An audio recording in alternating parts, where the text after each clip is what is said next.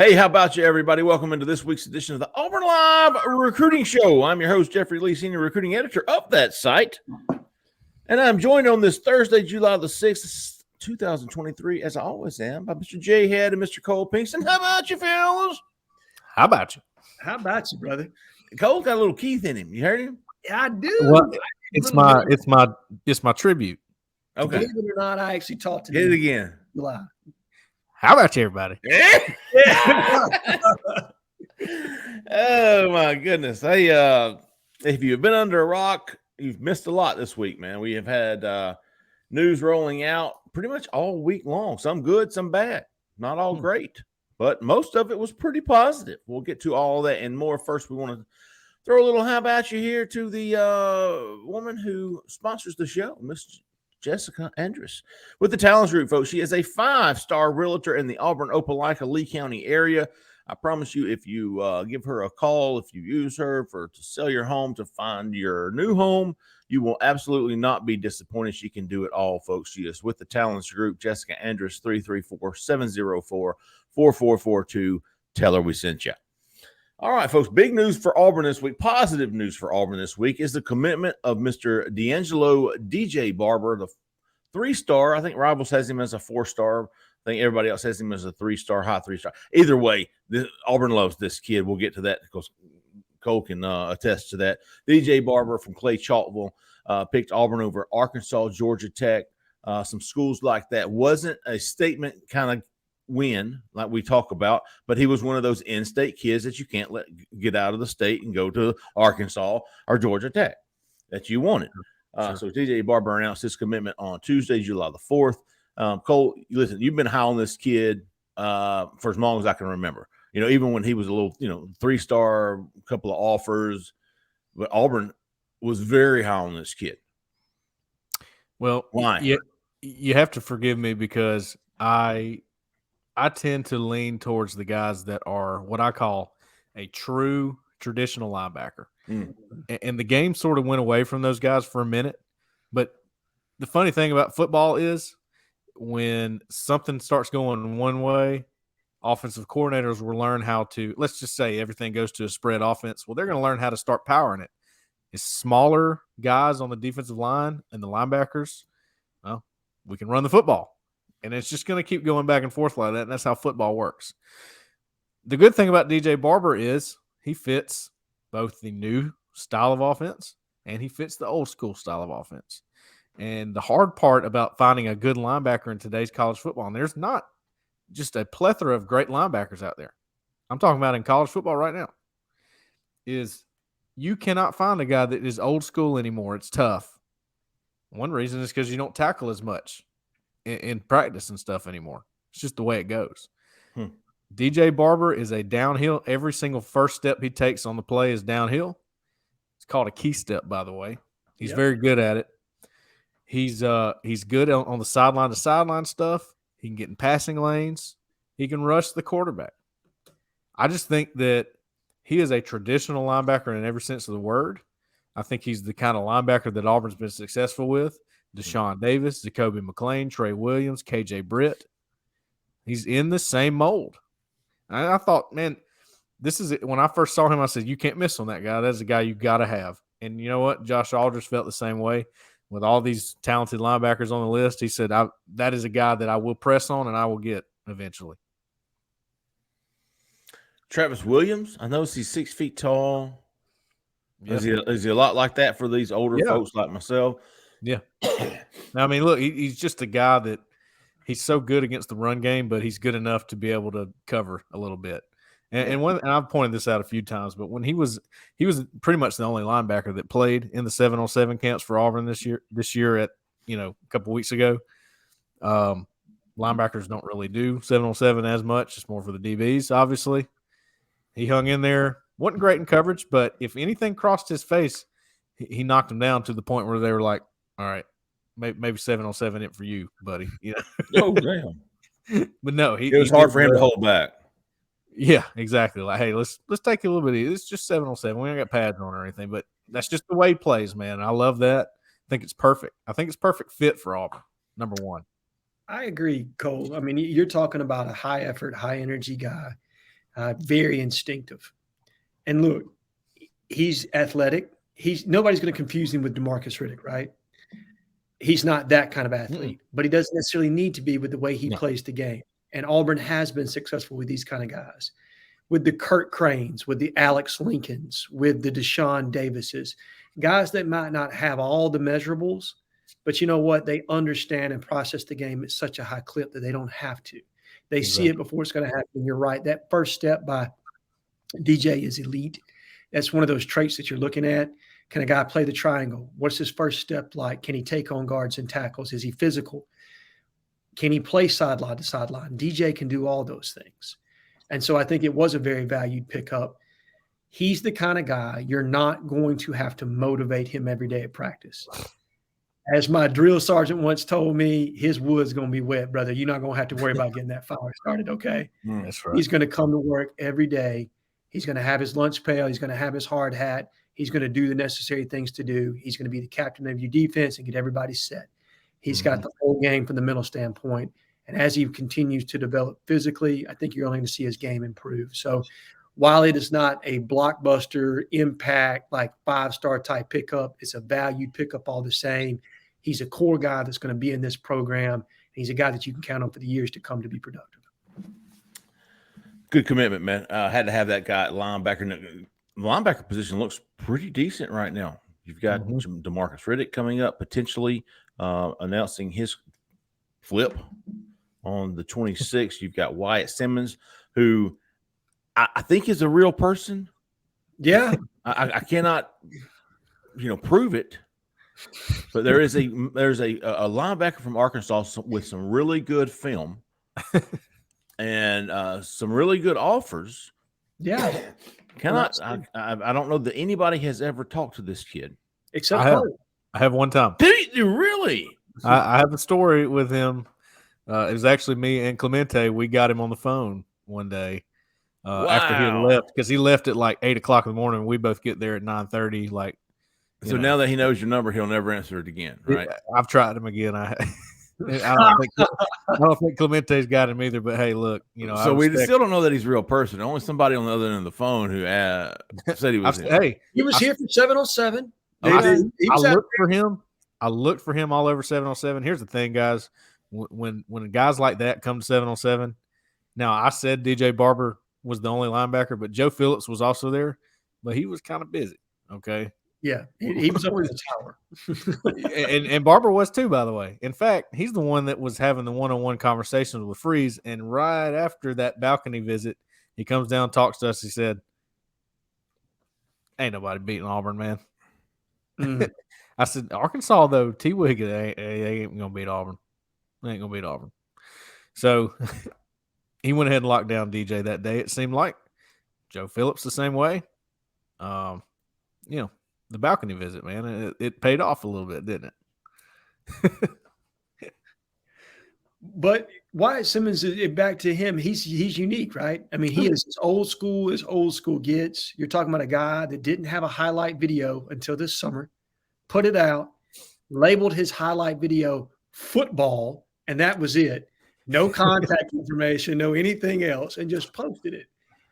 And it's like, Haley's comment going by as these recruiters saw it and got offers from Arkansas, Texas, Clemson, Auburn, Florida State, Oklahoma, really good SEC, ACC caliber football teams that have played at a very high level. And he's been pursued by those. But what I found most interesting about Wyatt Simmons, he took an official visit to Clemson. He took an official visit to Auburn. And instead of taking an official visit the next weekend, he went to church camp for a week. And then he went to Arkansas. You know what I mean? Like, if you were drawing up Hugh Freeze's perfect player or Dabo Sweeney's perfect player, it's this kid, because it's Walker White of the defense. He's literally, I think, everything those guys want. Highlights are insane. He plays at a very high level, specifically with his reaction time. You don't see guys that are able to change gears the way he can. His change in direction, that's elite. What you see on tape. Now, I'll be interested to see what he plays like when he's in a higher level competition, because you can tell the competition isn't great. But look, I trust Travis Williams' evals. I very much do. I trust Brent Venables to ID linebackers at a high clip. If both of those guys wanted him, pushed for him, would have taken him, that means we really stumbled across something if we're fortunate enough to land that one. Sure. Some other big news I thought this week for Auburn, just the Big Cat list continues to grow. This morning I had Jalen Hayward, the top 100 DB from top 100 overall recruit, 4-star DB who is committed to Georgia, confirmed with me that he will be at Auburn. So I think I have now 8. You've got the commitments and the 8 DBs. The DB group is stupid. It's filthy. It's let me just 5-star KJ Bolden, 5-star Zaquan Patterson, 4-star Jalen Hayward, top 100, 4-star Jalen Crawford, top 150, 4-star Jalewis Solomon, top 250, Amon Lane, Jaden Lewis, all 4 stars on somewhere. There was 8, and I'm missing one. There's Kinsley Faustin. Oh yeah, Kinsley Faustin. I was about to say 8. So you got 3 commitments and 5 and it's not 5 of the top remaining. The top 5 defensive back targets remaining that's not committed to Auburn are all coming to Big Cat, or at least say they are.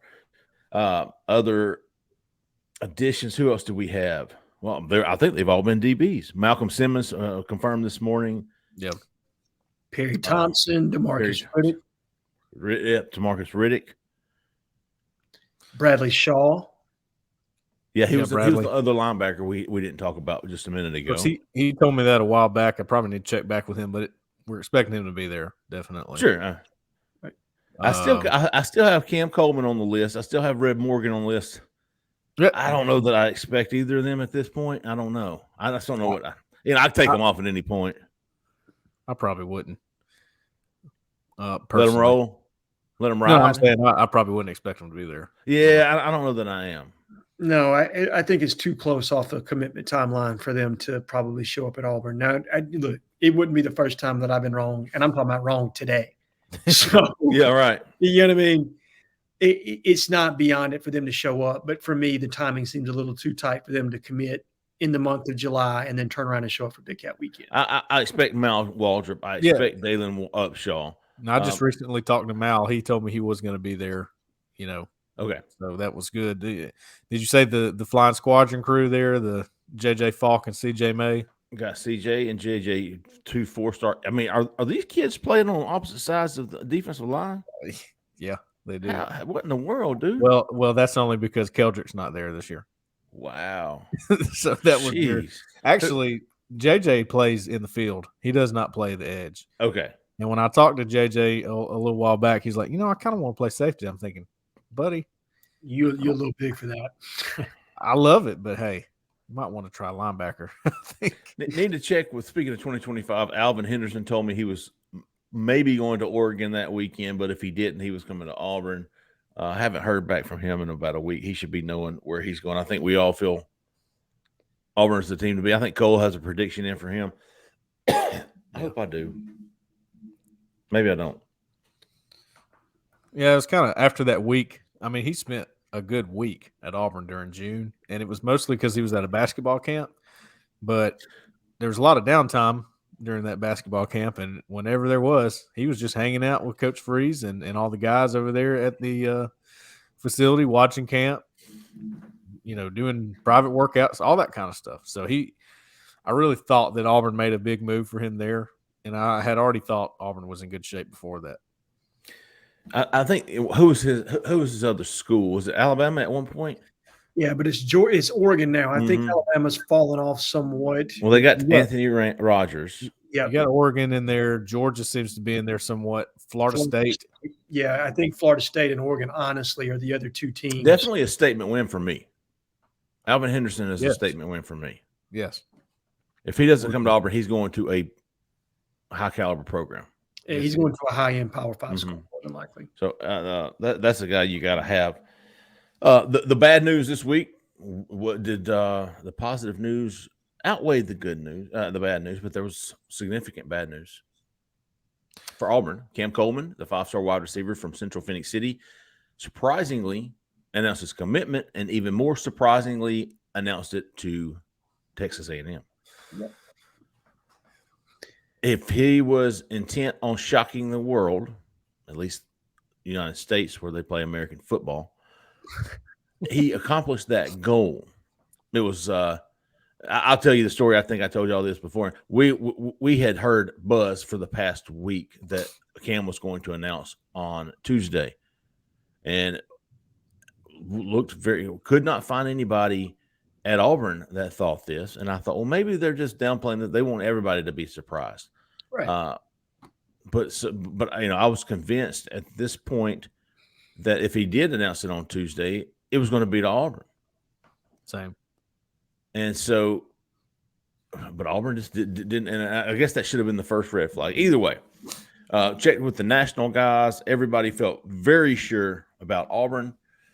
And then when I saw he was starting his commitment video, I thought, oh crap, I don't have my story ready yet. His Auburn commitment story ready yet. And then he was put on his Alabama hat. And I was like, what? No, honestly, my first thought was, you got to be kidding me. Oh, You got to be kidding me. This is the ultimate. Like this, Tony Mitchell, shoot. Yeah. Yeah. And then, he took it off and threw it down. I was like, oh, God, bless him. And then he put on a hat, and I was like, what the hell? A&M? Are you kidding me? I'm glad I didn't write this story. Oh, boy. Commits to A&M, Damian Craig with the ultimate, legendary, epic shocker. Yeah. Epic shocker. Cam Coleman to Texas A&M, and I put up a post after this. All this went down. I talked to some people at Auburn. They do not think. Listen, we talk about this all the time. Nobody's commitment right now is final, and that includes Walker White's. That includes Joseph Phillips and whoever else. No, I think Walker White's done. But big time dudes like Joseph Phillips. And I'm not just saying this because he's not committed to Auburn. I'm talking about Auburn's commitments are just as easily picked as well. Right. Mm-hmm. So, but Cam Coleman, obviously Auburn's not going to concede him to A&M. They're going to continue to push. They absolutely want this kid in their class. I think it was Bobby who reminded me that I said any class of Auburn's that doesn't include Cam Coleman's is a disappointment. I think that's a fair statement. I still stand by that. The only way it is not a fair statement is if you flip Perry Thompson. I agree. And in my opinion, that's a wash. I'm there with you. If you wash, push. Perry Thompson, it's a push. And thus it is no longer a disappointment. I completely agree. I agree with that statement. On its face, Jeffrey, when you made it at that time, and I agree with it right now, Same. You don't walk away with a 5-star wide receiver that erases that loss. It's not a great class. Because at that time, I was convinced Perry Thompson was going to stick with Alabama, and I was no way ever going to even have him at 50-50. Yes. Which is where I have him now. So I agree. And I don't think that's a stretch there. It's still big. It's a disappointment to lose Cam Coleman. Yes.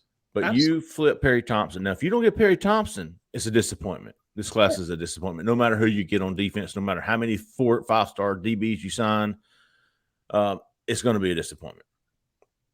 But Perry Thompson would make this a push. I think that's a very good way to look at it, and I completely agree with it. I think Bobby Sweatpants does too. I think it's a disappointment for sure if you don't get one of the two. But as you can see, you can go to the portal and get some receivers that are – it's not really about that to me. It's more so about what these commitments could do for Auburn football. Mm. And it ain't just about how good they are as a player. It's about what they are. It's about hey, this guy's an Alabama commit that Alabama desperately does not want to lose. To me, that is the biggest thing. I mean, if you can overcome that, you can overcome anything, just about, right? So it's a statement. It's not just, hey, I got a great receiver. It's a statement. We can do this, and we can do it again. We can do it again too, and you better watch out. I think that's important as anything. I don't disagree. I will say this, though. I do think it's a little harder to go to the portal and get a premier number one wide receiver. I think that's one of those. There's a lot of number twos, a lot of number threes in the portal, not a lot of number one alpha dogs out there. Right. There may be one or two that hit the portal, but not a lot. And so you need to, in your high school class, you need to land pass rushers, you need to land wide receivers, you need to land offensive linemen and defensive linemen. I think you can go get decent quarterbacks in the portal. I'm going to be honest with you. I think you can go get 2s and 3s at wide receiver. I think you can go find running backs. But I think your premier positions, you have to land the majority of that out of the high school ranks if you're ever going to raise the ceiling of your talent on the team. I honestly believe that. And guys, from somebody from the fans' perspective, because I think that's where I need to talk from as it pertains to Cam Coleman. It was an absolute gut punch, and it was something that no one saw coming. Even the national guys, as you alluded to, Jeffrey, you checked with them. There wasn't any other national site that had this. This was something that was completely orchestrated and kept quiet by A&M. And hat tip to them and Damian Craig for being able to do what they needed to do. Moving forward, like you said, Perry Thompson, that takes the bad taste out of your mouth on this deal, right? Like you flip that one. Oh yeah, that takes the bad taste out of your mouth. And like you said, Cole, it's a signature win.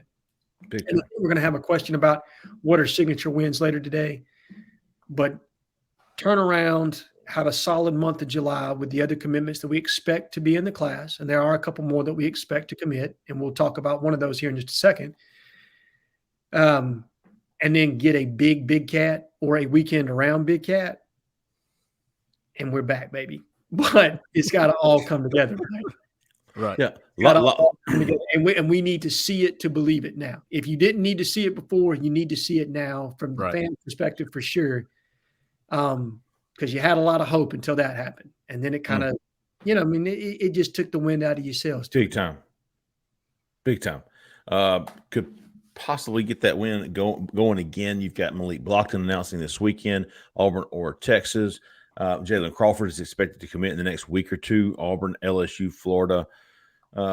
Big time cornerback from the Atlanta area. Who else? Demarcus Riddick, Wyatt Simmons, who said he's going to commit in the month of July, who's going to be deciding between Auburn, Clemson, and Arkansas. So that's a big 3 battle right there.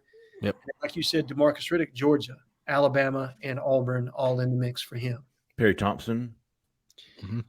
Tentatively slated to decide before his senior season. We think that's going to be sooner rather than later. I think if his commitment date or decision date or whatever you want to call it falls in line with what we've all heard. Right. Sure. He hasn't posted anything yet, but kind of what's been put out there. Jalewis Solomon, KJ Bolden, a couple of the DBs coming to Big Cat. They're going to announce that first week in August. I wouldn't predict them to Auburn at this point, either one of them. But ask me again in a couple of weeks. I don't know. Yeah, Jalewis is interesting to me. And me too. I'd predict Florida State today because of the things he said coming off their visit. But let's see what he says coming out of Big Cat. That's right. Go ahead, Cole. I find the Jalewis and Zayden Walker, I find those interesting, being Zykeivas Walker's brothers. Obviously, Zykeivas is still at Auburn, and he's got a chance to be a pretty strong rotational piece on the D-line this season. But, I don't know if his whole time at Auburn has been like the best thing ever for him because he thought about going to the portal a couple times. Sure. He hasn't played as much as he thought he would. Do you wonder how that affects those recruitments? That's sort of in the back of my mind if I'm going with gut feelings here, and I'm going to start doing that a little bit more, I think. So right now I would give Florida State the edge, but if he's going to be at Big Cat, obviously something there is. I really do think that Zykeivas has responded well to the new coaching staff, and I think that has something to do with it. I would agree with that tenfold. I think he has absolutely meshed better with this staff than he did with the previous staff. And I would tell you that he had an opportunity to enter the portal in the spring. I mean, I think that's common knowledge, right? And he chose to pull his name out, go through a winter conditioning, go through spring practice, and got to the end of spring practice and said, you know what? I like this staff and I like where I'm at enough then I'm going to stay right here with Auburn. And to me, that is a benefit to us because if he's bonding well with Coach Freeze, Jalewis Salmon and his brother Zayden Walker are both big-time prospects, in my opinion. Yes, they are. I've watched a lot of Jalewis's tape at cornerback, and I think he can play it. I honestly do. In the beginning, I was with you, Cole. I thought he was going to be a safety, but I'm convinced with what I've seen, he's going to be a cornerback, and he's going to be a guy who's going to be able to do it at a high level. Right.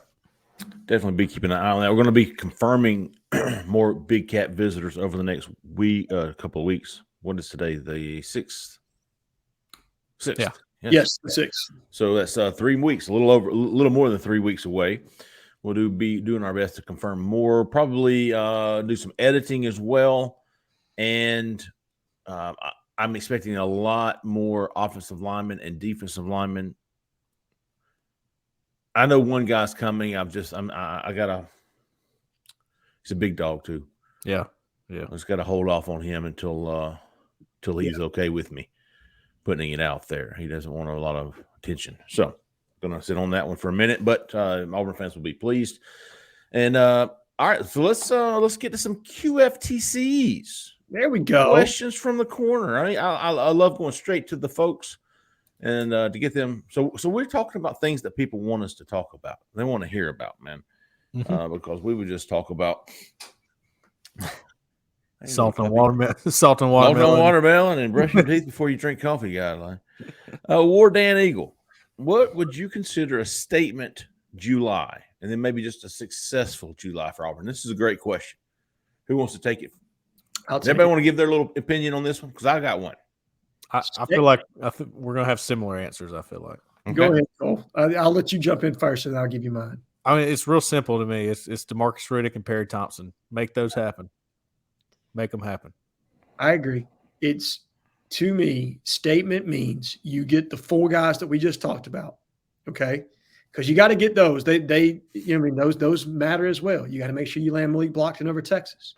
You got to close out Jalen Crawford over Florida. Right. You got to get Wyatt Simmons over Clemson.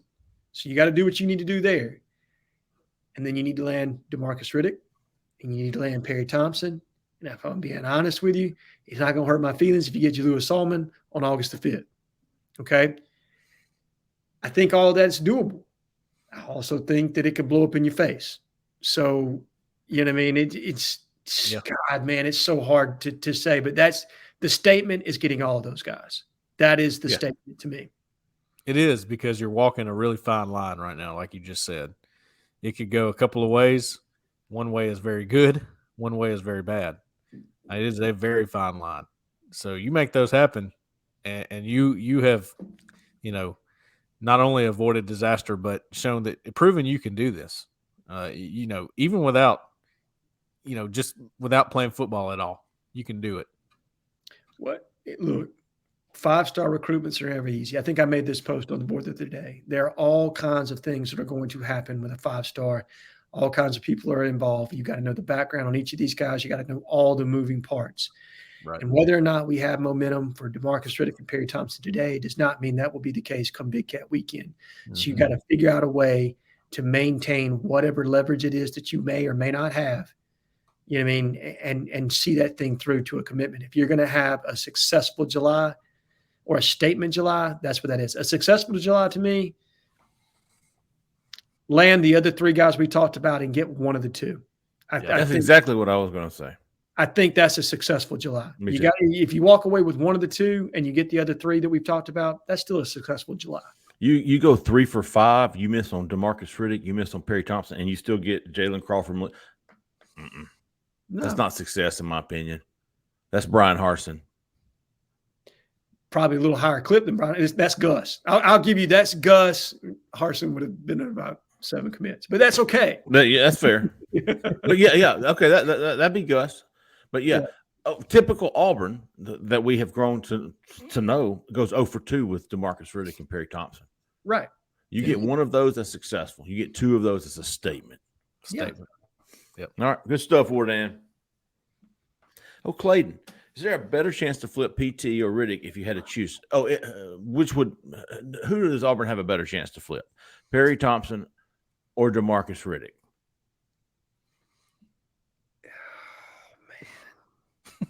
I'm going to go Perry Thompson because I know the way Hugh Freeze recruits the wide receiver position, and I know we just got body bagged on Cam Coleman. All right, let's be honest here, with a set of toe tags to go with it. But Hugh Freeze recruits the wide receiver position at an elite clip. Okay, he has done it and done it at a high level since he was at Ole Miss. I think if of the two, now you might not get either one of them, but of the two, I think you got a better shot with Perry Thompson, even though you were competing against Alabama. And we know what it takes to make how a monumental step that is to flip a kid from Alabama. It just doesn't happen all that much. In fact, the one time it did happen, in my honest opinion, that I can remember where it was that level, the kid ended up going back to Alabama after Gene Chizik got fired.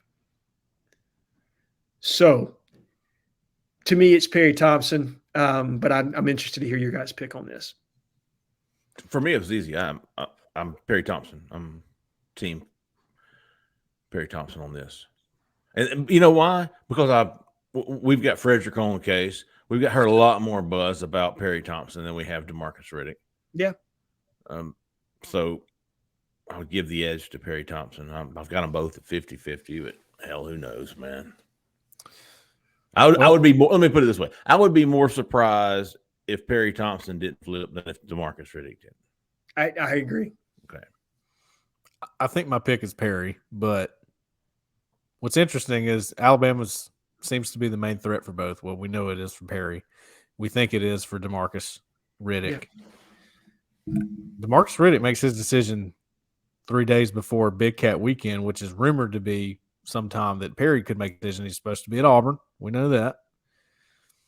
If DeMarcus Riddick goes to Alabama, and we know they're pretty close, what happens then? Does Perry look at that and, 3 days is a lot of time in recruiting, I've learned. Yeah. So I'm just saying, does DeMarcus Riddick start a chain reaction for you, or does he destroy one since it's happening first? That's what I sit here and ponder about a lot with these two. Or do they both go to the same place and it ain't Alabama? It's possible. I mean, a couple of those things are possible. If I had to pick one of the two, I would say Perry Thompson. But how does Riddick affect Thompson? That's my other question. Fair. Very fair. So you think if Riddick flips to Alabama, Perry Thompson might stick with the Tide? I don't know. I think it's pretty likely. Crazier things have happened. I'm just trying crazier. I'm trying to use logic in things that don't make sense. You're trying to use logic in an illogical profession, Cole. Correct. In an illogical situation for sure. S. Rainey 13 wants to know which potential 2023 signee will make the biggest first year impact. Potential 2023 signee that there is no potential. They're all signed, right? Well, I guess potentially could make the biggest, I guess is what. There you go. Okay. Which 2020 signee potentially would make the very biggest first year impact? 2023. I'm guessing this is high school. Yeah. Or transfer. Hell, I don't know. Let's go. Let's do one of each. For the transfer portal, it's easy for me. I mean, it's Dion, and it's Peyton Thorne, right? Like how. Yeah. He will impact the team absolutely more whether than anybody else. Whether good or bad. Right. Impact doesn't necessarily mean good. Hey, even if he doesn't start, he has impacted this team by absolutely. Look, we saw that last year, right? Yes. Transfer quarterback didn't start, and look what happened. Yep. Yeah. Peyton Thorne easily. Keldrick Falk, maybe a high school guy. I'm going to go K and Lee. I think he's in the rotation as the third quarter. Cole with this boy, Deron.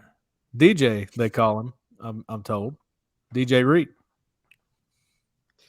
I think DJ's just going to have such a hard time getting onto the field early enough, Cole. I think KM being here in the spring, already in the thick of it in the rotation, I think he's going to see the field more and you're going to get more of an impact. I think DJ can't, eventually, I think he's going to be a nightmare on the interior. But I think if we're talking about first-year impact. I just don't know, man. It's so hard to play on the line of scrimmage in this league and to not have been here in spring. I feel like it puts him. I think it's significantly harder to play on the offensive line as a freshman, which I could easily see Connor Lew doing that if Avery Jones weren't in the way. And even so, I mean, that dude's going to fight for a job right now. But on the defensive line, it really, if you can cause chaos in any way, you are valuable, even if you don't fully know what's going on.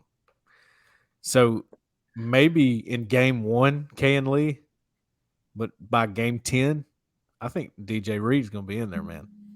Okay. I think that's fair. I mean, I think that's definitely possible. Yep. I'm taking Falk over DJ. That's a good pick. I probably would have too, just because he was here spring, and I think he's actually going to be higher on the 2 deep when the season starts, if we're honest. But I like it. The real Steve Vaughn wants to know, can we expect Auburn to run hurry up, no huddle this year? Yes, in phases. Yeah, it's not going to be. Oh, Hugh huddles up?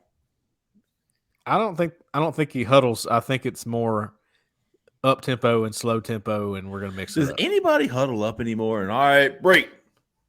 Harsin. Army and yeah. Sending in the plays. Yeah. And then the quarterback, all right, we're going to go motion right.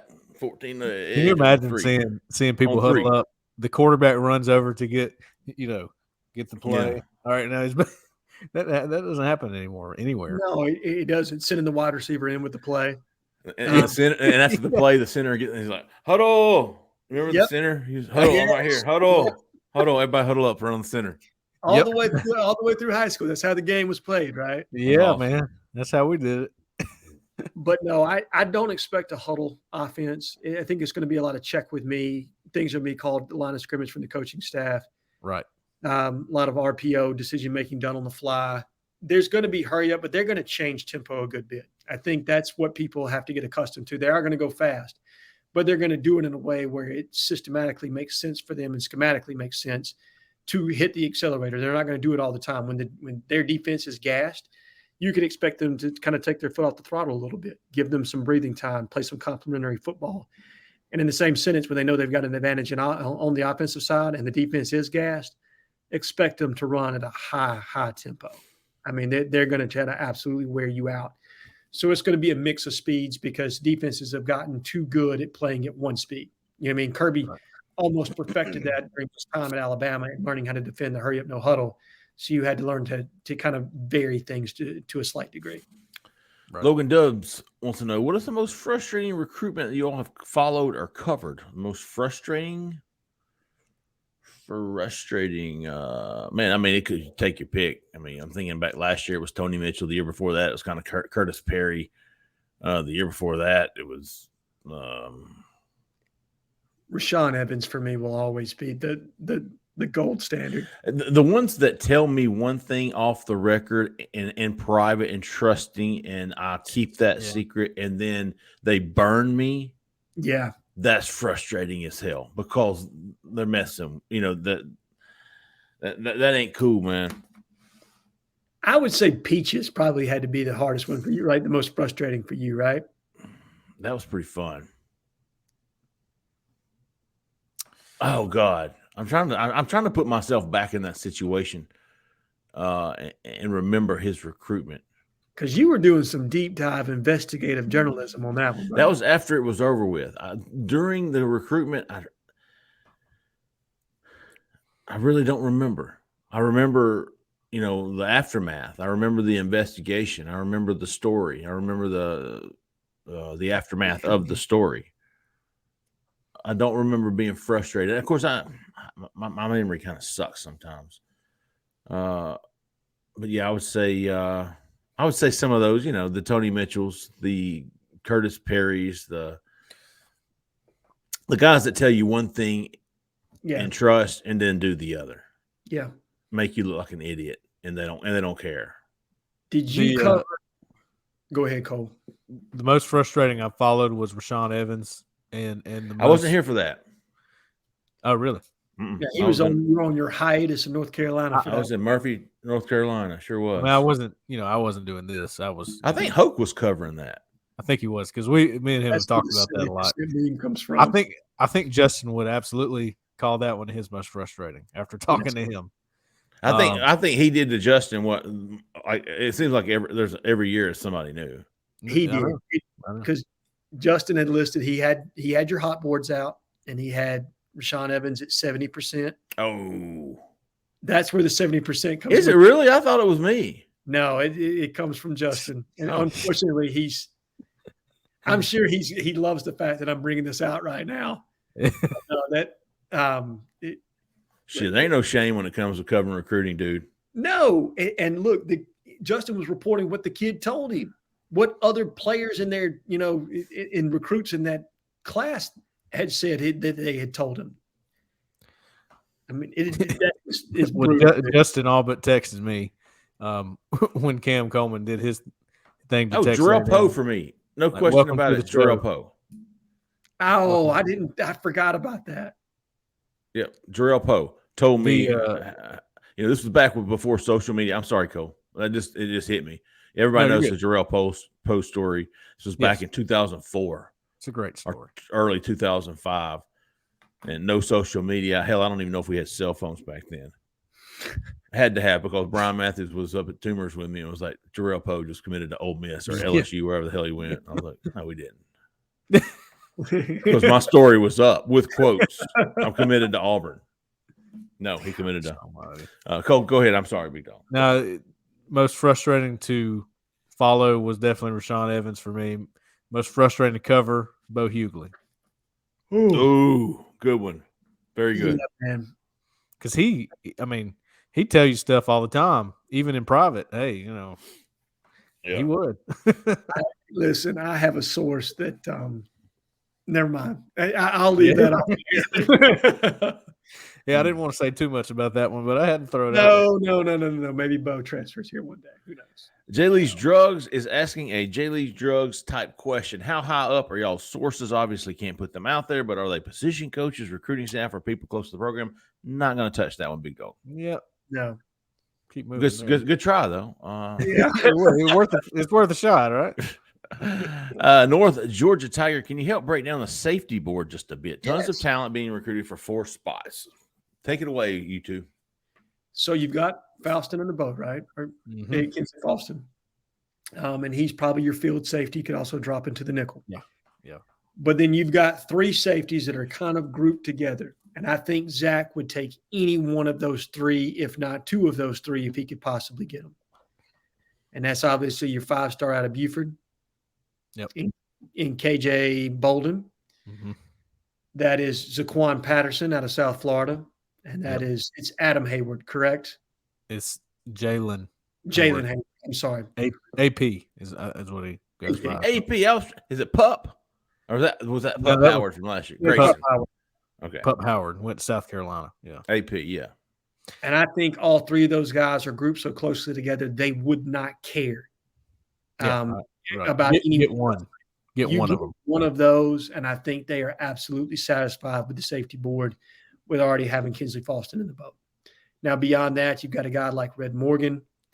You've had a couple of the guys that have been entertained there somewhat. Who's the young man from Parker? That Rutgers.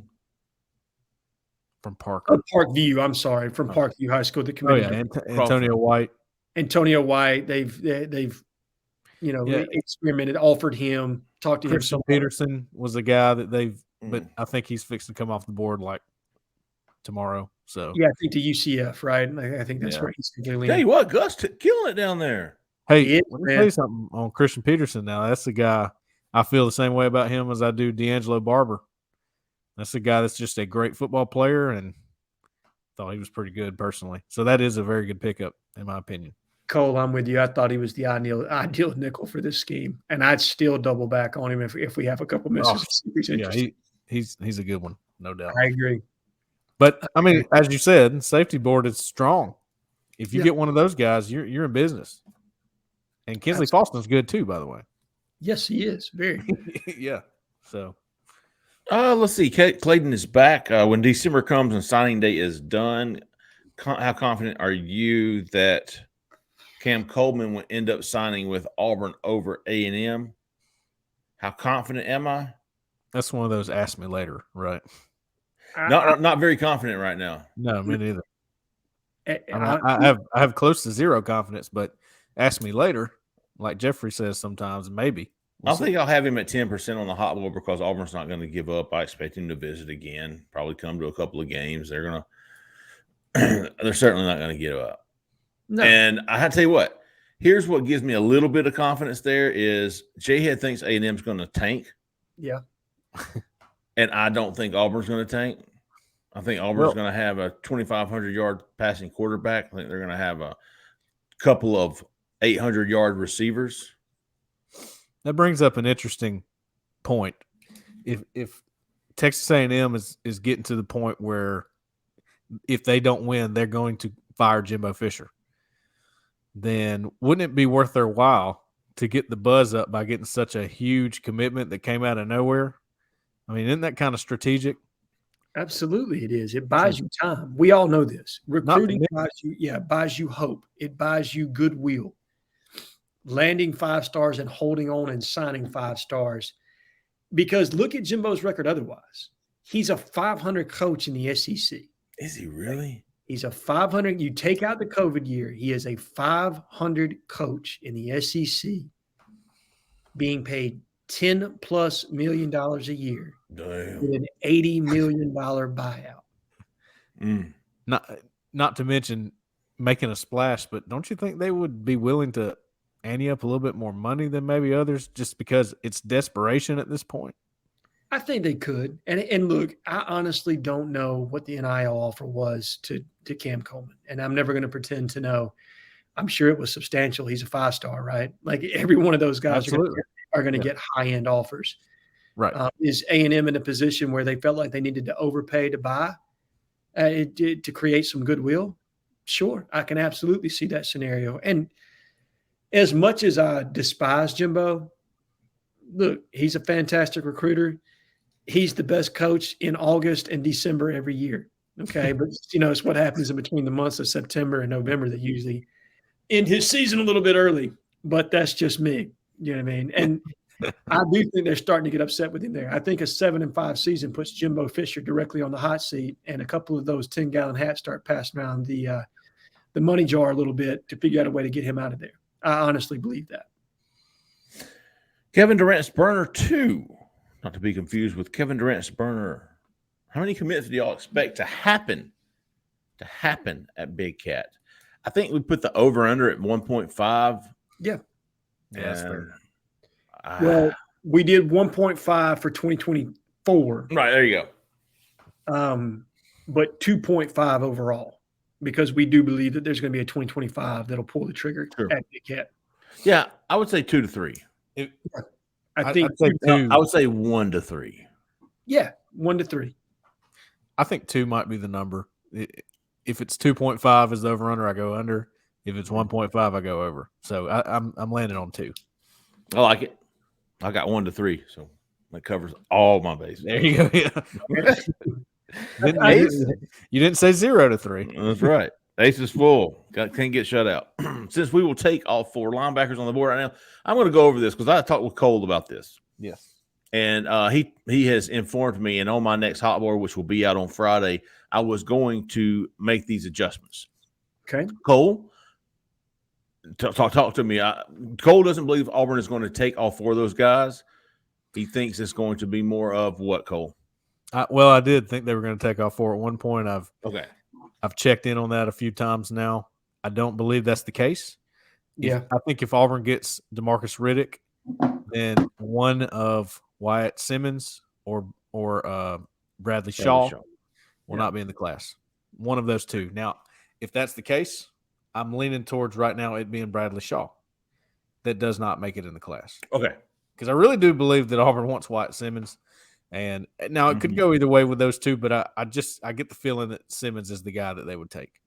Now, if you miss on DeMarcus Riddick, which is obviously very possible, sure, I think I would put in a prediction for Bradley Shaw that day. with pretty high confidence.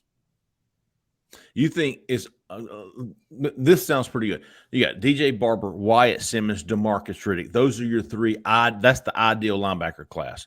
You Right. miss on DeMarcus Riddick, Bradley Shaw is your backup. Yeah. For Rickett. Now you're Right. looking at a Bradley Shaw, Wyatt Simmons, DJ Barber class, or a Wyatt Simmons, DJ Barber, DeMarcus Riddick class. And I think there is, while Simmons may be a preference, and I don't know that, if Bradley Shaw just woke up tomorrow and decided he wanted to commit to Auburn, I think they'd be hard pressed to say no on that one. I think they'd probably say yes. I agree. You know what I mean? agree. Like, I think they like that kid that much. So it may be a first in the boat type situation between Simmons and Shaw, with obviously DeMarcus Riddick having the trump card over everybody. I think that's probably how it looks. And I'm with you, Cole. I felt for a while 3 linebackers was going to be a lot. I did not think that 4 was going to be the number that they ended up settling in on, and largely because do kids want to commit to a 4 linebacker class? Like that's a lot for 2 spots.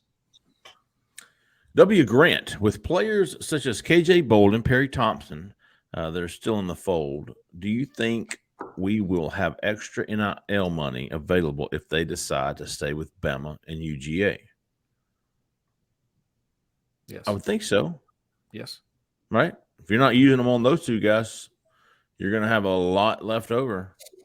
I don't know if it's extra, but you wouldn't be using it for them. And you had earmarked, X amount for those 2 guys, and they choose not to come to Auburn, then you've got that X amount still in the pocketbook. Yes. You do. And what it allows you to do, let me say this the best way that I can. You can swing for guys that may not even be on the radar right now. If you have that extra, you just say you don't have to use it on those prospects. What they won't do, and I don't think they're going to go down to guys that are lower on the board. No. I just don't see the reason for it, and it's very unfortunate for those guys who are probably good football players. But let's just say you swing and miss on a guy like, I don't know, Micah Hudson over in Texas, a great receiver over there, 5-star guy.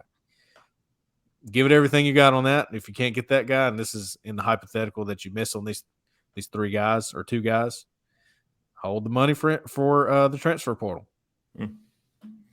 No, I agree. And look, the baseline at wide receiver are 4-star guys in Malcolm Simmons and Mario Craver, right? Like those are exactly that you're circling back on. It's not like low tier developmental, guys that don't have extremely high upsides.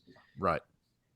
And you're right. You're gonna reinvest that money in the transfer portal. And I will also say this, that while they may have a set amount right now, if Auburn comes out and has a good year, say an 8-4 year, you win your bowl game, those NIL coffers might fill up again real quick. Right. As you get to signing day, because now you've got some proof there that you know what you're doing. Mm-hmm. You got some extra ammunition to go back to some of those boosters that may have been fatigued at the beginning of this year as far as what they've given to this point, and said, hey man, if you give me just a little bit more, this is what we can get. You've got that ammunition to work with now. Exactly. Next year for sure, 1. Predict all 5-stars that sign with Auburn come December. If there are some 4-stars that might be 5-stars by then. 5-stars committed, sign with Auburn. Well, I've got Cam Coleman signing with Auburn. Why not? 4 stars that could be 5 stars. Perry Thompson. I mean, it's kind of a stretch, but let's just say Joe Phillips has another fantastic year. Mm-hmm. He keeps moving up the rankings, so it's not impossible, but probably not. So guys that are 4 stars right now that aren't 5 stars are Perry Thompson, correct? DeMarcus Riddick. Oh, is he not a 5-star? I think they are on 24/7, but not on 3. But let me check that. I was just saying on my Big Cat list. It was if they're in range. If they're in a 5-star, any other. Sure. Well, hey, I still view that if they're a 5-star on 24/7, that's fine. That's a 5-star in my book. Mm-hmm. Yeah, that's right. Well, I mean, I'm just trying to think of the options here. You got Cam Coleman, you got Perry Thompson, you've got DeMarcus Riddick, and KJ Bolden. That's really about it, right? Maybe Zaquan Patterson. Yeah, maybe because Patterson's a 5-star on Rivals. Maybe he's a big jump. Kamarion Franklin could be a 5-star before it's all said and done. LJ McCray is a guy that could be a 5-star before it's all said and done. Jamonte Waller maybe is in the range there. Definitely him. He's one of those kind of late sleeper guys. You know, he didn't have a ton of tape until this past year, and then he just exploded. Right. So predict all the 5-stars. I don't know, man. Let's stay away from predicting them in the class for right now. But those are the guys that could be 5-stars that are on Auburn's radar and could be in the class. I'm not saying they will be. The Wolf. Can you say whether Cam Coleman swerved Marcus Davis, or is it too fluid to comment? What's that mean? I think he's meaning that he lied to him. Oh. I don't know. It's not a lie. I don't think it's a lie or anything. Yeah, I think that's a hard one to address. It's too fluid. It doesn't matter. Yeah, and it doesn't matter. Whatever happened, he didn't commit to Auburn, right? Right. Ground 066. Which player was your favorite to interact with during their recruitment, even ones that didn't end up at Auburn? Fair question. Cole, do you have in your short? Well, I got 2 in this class, DJ Barber and Joe Phillips. Look at you. We enjoyed those 2 guys, man. They don't mind talking, and both have good personalities.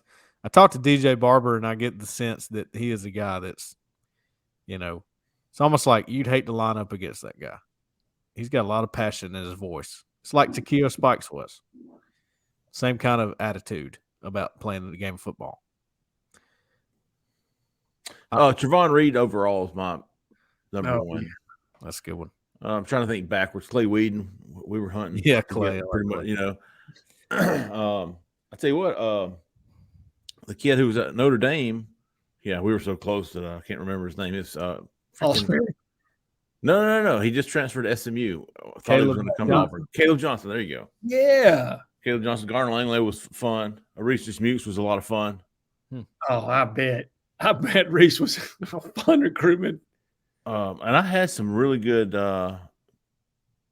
interactions with other. I can, remember saying, happy for you. Who the hell it was even went to Alabama. It's a good question. Got a lot over the years. But Trevon was probably my all-time favorite, and then some recent ones. But, yep, a lot of fun, man. That's one of the cool parts about this job is getting to know some of these really good kids. And when they end up elsewhere and you still want to see them succeed because they're really good kids and they got cool families and they're really nice people. Yeah, and they shoot you straight. And absolutely. You know what I mean? Like if they even when they commit to another school and they're like, "Sir, Mr. Lee, I appreciate it for me. Yeah, this is what I'm going to choose to do." Absolutely. I like that. I'd probably say Jeremiah Cobb too, because he was actually a little kid.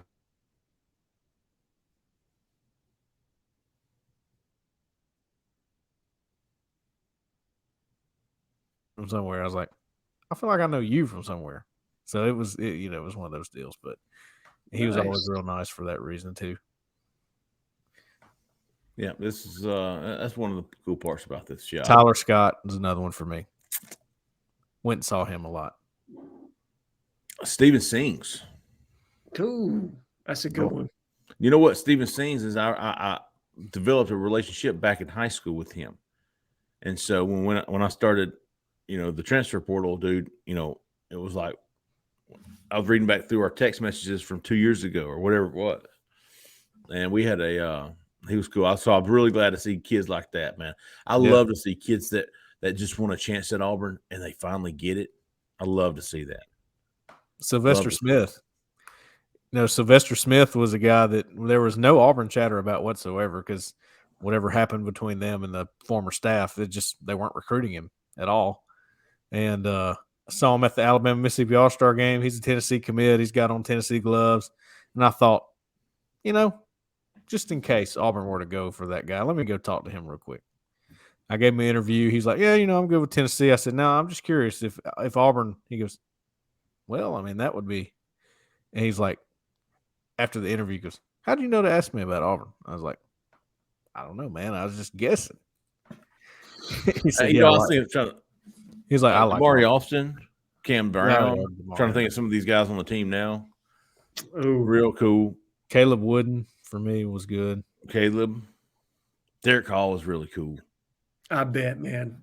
Hall seems like he would have been an interesting Derek Jair, Brown. Jair Shorter. Jair Shorter. That Oh, was I tell good. you who was one of my favorites was El Toro, the bull. Oh, how could you not like that guy? Yeah.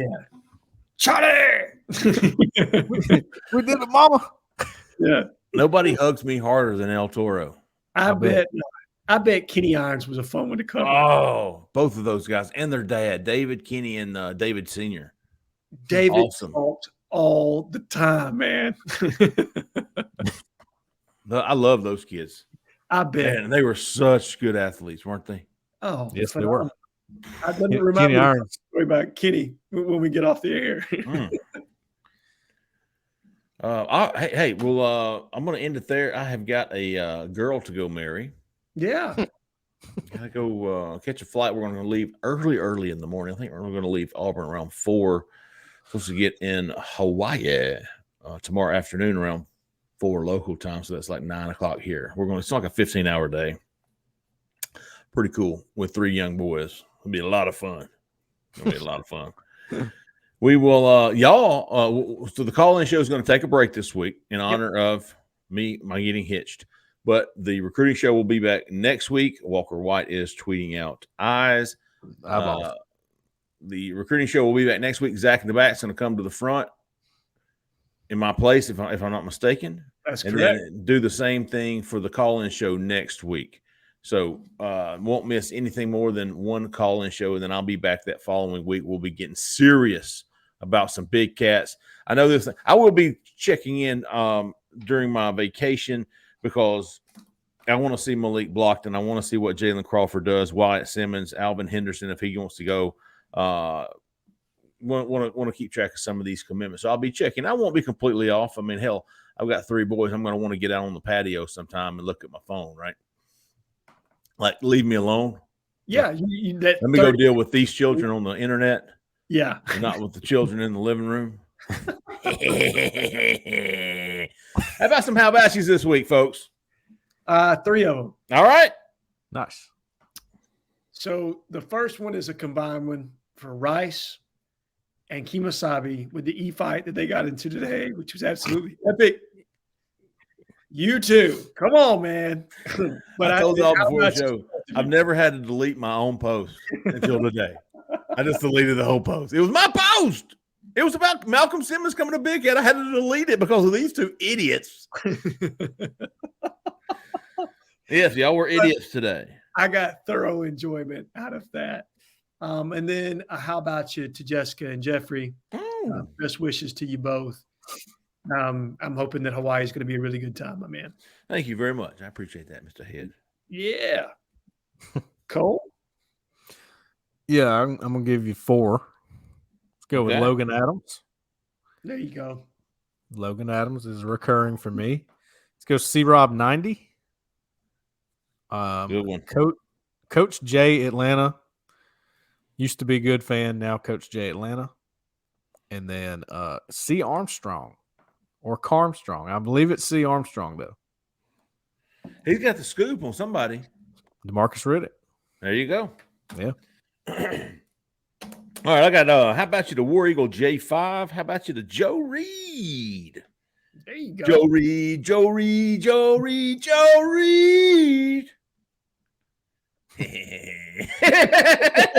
Cole's the music man. He wasn't entertained. No.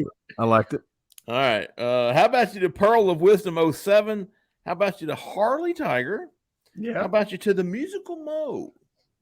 How about you to Macker? Not to be confused with Mater. And how about you to Jack 22 Story, who is like a stalker on Twitter. He's got and he was like, here's what all these people have liked. Here's what they've retweeted. Here's who they're following. Here's the most recent follows of DeMarcus Riddick and Perry Thompson. And here's the most recent follows of so. It's impressive, I think, in kind of a stalker kind of way. Yeah. I mean, dedication to it, right? It's not terrible for this business. I guess It's not. No. It's not. I found it interesting. It was a great post. I agree. And how about I'll give you a Logan? How about you? He made my banner across my Big Cat board. There you go. So we'll give a Logan. How about you ×2? And let's go Harley Tiger ×2. Okay. He gave us a really good shout out, which I very much appreciated. So that might have been where I got mine from. I would suspect it was, brother. But really appreciate you, Harley. Good stuff from some really good posters, man. If y'all aren't subscribed to Auburn Live on 3, give us a chance, man. A lot going on this July. It's a dead period for the next 3 weeks, 2.5 weeks. But, man, we're going to pick up that last week of July with Big Cat. And then, commitment season is going to continue, actually, I should say, into August. A lot of big-time guys coming off the board in August. Appreciate everybody listening. We appreciate everybody watching, man. We appreciate everybody, period. For Jhead, for Cole, for Zach in the back, I'm Jeffrey Lee. Y'all stay out of that left lane. See ya.